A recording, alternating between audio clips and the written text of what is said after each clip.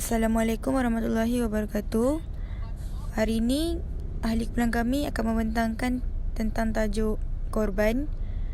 Ahli kepulangan kami terdiri daripada saya, Nurul Farhana binti Kasim, yang bernama matrik di 191111547, Puteri Nur Hidayah binti Megat Ramli di 192111684, Nurul Amira binti Mohta di 192111621, Zuraini binti Abu Bakar di 1831165, dan Hazira Yusra binti Roslan di 1831124. Bismillahirrahmanirrahim.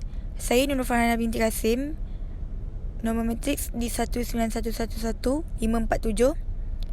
Saya ingin menerangkan tentang pengertian korban dan hukum korban. Korban bermaksud nama bagi sesuatu yang akan dikorbankan atau nama bagi ternakan yang akan disembelih pada Aidil Adha. Menyembelih binatang an'am yang dilakukan pada hari raya korban atau hari-hari tasyrik dengan tujuan beribadah kepada Allah. Seterusnya, hukum korban. Hukum korban ni sunat muakkad bagi orang yang mampu, manakala bagi Rasulullah adalah wajib, dan juga menjadi wajib bagi orang yang bernazar. Contoh, kita berniat untuk bernazar bila kita telah mencapai sesuatu target atau sebagainya. Jadi makanya hukumnya wajib untuk kita tunaikan nazar kita tersebut. Tentang dalil persyariatan korban. Firman Allah SWT dalam surah Al-Kawthar ayat 2, maksudnya, maka kerjakanlah sembahyang kerana Tuhanmu semata-mata dan sembelihlah korban sebagai tanda kita bersyukur. Allah SWT telah berfirman dalam surah Al-Hajj ayat 37, maksudnya, daging dan darah binatang korban atau hadiah tidak sekali-kali akan sampai kepada Allah, tetapi yang sampai kepadanya ialah amal yang ikhlas berdasarkan takwa dari kamu. Assalamualaikum, nama saya Hazira Yusra binti Roslan, Kad Matrik di 1831104.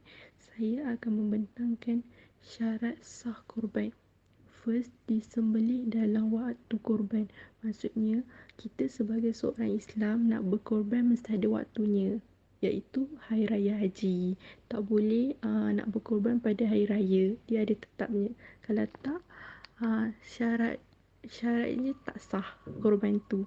Yang kedua, binatang sudah cukup umur. Maksudnya di sini kita nak korban binatang yang cukup umur, yang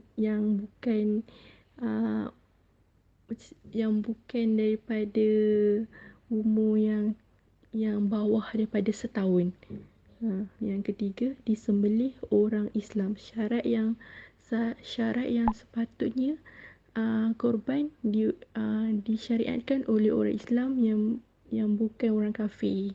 Yang keempat, binatang ternakan yang halal. Maksudnya sini korban yang sah adalah binatang yang daripada sumber yang halal. Yang terakhir, binatang yang sihat dan tidak cacat. Maksud di sini binatang yang sihat dan tidak cacat ialah binatang yang sempurna. Kalau kita korban binatang yang tidak sempurna, macam kita menganiaya dia. Assalamualaikum warahmatullahi wabarakatuh. Nama saya Nurul Amirah binti Mohtar, ID matrik di 192111621.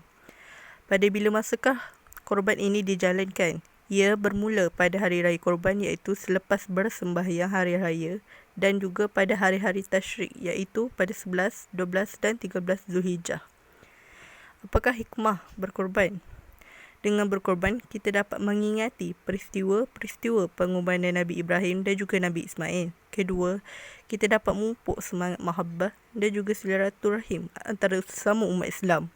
Ketiga, kita dapat memberi peluang kepada fakir miskin ini bersama-sama menikmati daging korban.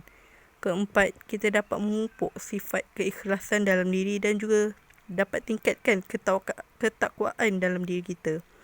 Akhirnya, kita dapat memupuk semangat-semangat korban ini untuk meninggikan syiar dalam diri. Assalamualaikum warahmatullahi wabarakatuh.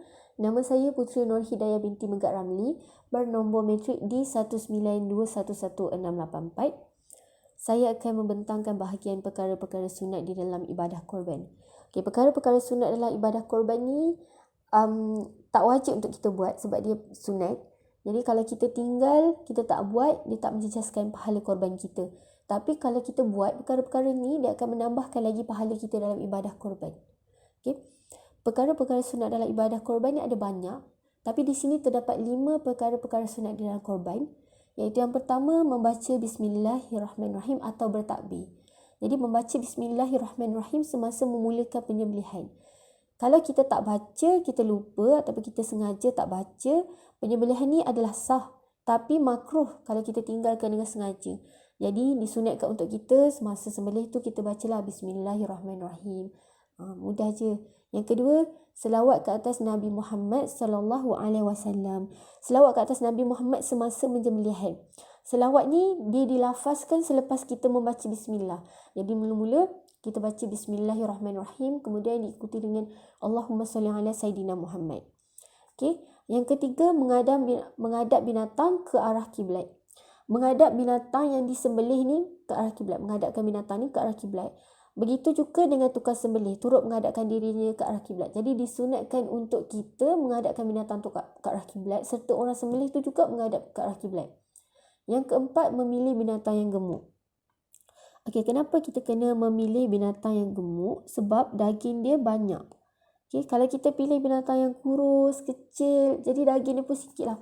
Jadi sunat untuk kita pilih binatang yang gemuk ni.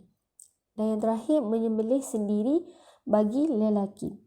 Okey, sunat untuk orang yang korban tu, orang yang melakukan ibadah korban tu untuk sembelih sendiri kalau dia lelaki. Tapi kalau dia rasa dia tak mampu nak sembelih sendiri, harus diwakilkan kepada orang lain untuk sembelih. Dan adalah sunat juga kalau kita wakilkan orang yang sembelih binatang korban ni, orang yang alim, orang yang mengenai hukum-hukum korban, orang yang tahu hukum-hukum korban ni. Jadi sunat. Individu yang dituntut melakukan korban. Siapakah individu yang dituntut melakukan korban ni? Yang pertama, seorang Islam yang masih hidup tidak boleh melakukan untuk si mati jika tidak meninggalkan wasiat. Jadi yang dituntut, dia dituntut ke atas seorang Islam yang masih hidup. Kalau katakanlah si mati punya keluarga tu nak buatkan ibadah korban untuk si mati, dia tak boleh sebab dia dituntut ke atas seorang Islam yang masih hidup. Boleh buat kalau si mati sewaktu dia hidup dia pernah meninggalkan wasiat untuk keluarga dia atau siapa buatkan ibadah korban untuk dia. Yang kedua, seorang yang merdeka, tidak dituntut ke atas hamba. Jadi hamba ni dia tak tuntutlah untuk buat korban ni. Kalau orang yang merdeka baru boleh buat. Bukan baru boleh buat, maksudnya boleh buat.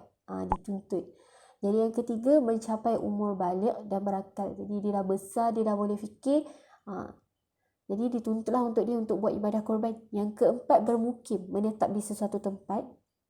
Dan yang terakhir, mampu melaksanakan, iaitu mereka yang mempunyai wang untuk berbelanja mendapatkan tenaga korban. Kalau duit dia cukup untuk makan semua, jadi cukup dan ada lebih untuk buat ibadah korban, bolehlah dia buat. Jadi dia tuntutlah untuk melakukan ibadah korban kalau dia mampu untuk buat tu. Jadi tu je. Lagipun ibadah korban kan sunat kan. Jadi kalau dia juga akan bantu kita dekat akhirat nanti. Jadi kalau dia rasa dia cukup duit, mampu, dia boleh buat. Agihan daging korban. Di sini terdapat 4 cara agihan daging korban. Yang pertama, dibahagikan kepada orang Islam, terutama fakir dan miskin, kaum kerabat. Okay, wajib kita nak bagikan daging korban ni kepada orang miskin berdasarkan firman Allah, fakulu minha wa at'imul ba'isal faqir, yang membawa maksud dengan yang demikian makalah kamu dari daging binatang-binatang korban itu dan berilah makan kepada orang yang susah dan fakir miskin. Kaum kerabat ni maksudnya macam keluarga, jiran-jiran terdekat. Okay, yang kedua, Islam tidak menentukan kadar. Yang ketiga, tidak boleh diberi kepada orang bukan Islam. Jadi daging korban ni kita tak boleh nak bagi kat orang bukan Islam. Jadi dia khas untuk orang Islam sahaja daging ni. Seterusnya, yang terakhir, orang yang membuat korban sunat memakan daging korban itu. Jadi sunatlah kepada orang yang membuat korban tu untuk makan daging korban tu. Okey, itu saja. Pembahagian daging korban. Pembahagian daging korban ada 2, wajib atau nazar dan juga daging korban sunat. Wajib atau nazar. Dia wajib semua dagingnya termasuk kulit dan tanduk disedekahkan kepada orang fakir dan miskin, dan haram bagi pihak orang yang berkorban memakan daging kurbannya atau memanfaatkan sembelihan itu untuk kepentingan dirinya. Dia orang fakir, kita wajib sedekahkan kepada orang fakir dan miskin ini daging-daging termasuk kulit dan tanduk. Juga haram bagi orang yang berkorban ini memakan daging kurbannya atau memanfaatkan sembelihan itu untuk kepentingannya diri sendiri. Kedua, daging korban sunat. Ia 1/3 untuk dimakan oleh pihak yang berkorban dan ahli keluarganya. Kedua, 1/3 untuk disedekahkan kepada fakir dan miskin. Ketiga, 1/3 untuk dihadiahkan kepada sahabat handai termasuk orang kaya atau jiran-jiran. Terakhir, saya akan membentangkan umur binatang yang boleh dijadikan korban. Jenis binatang yang pertama, biri-biri atau gibas. Umur yang sepatutnya yang cukup syarat dikorban 1 tahun atau lebih atau telah berganti gigi. Yang kedua, kambing 2 tahun atau lebih. Yang ketiga, sapi, lembu dan kerbau 2 tahun atau lebih. Yang terakhir, unta 5 tahun atau lebih.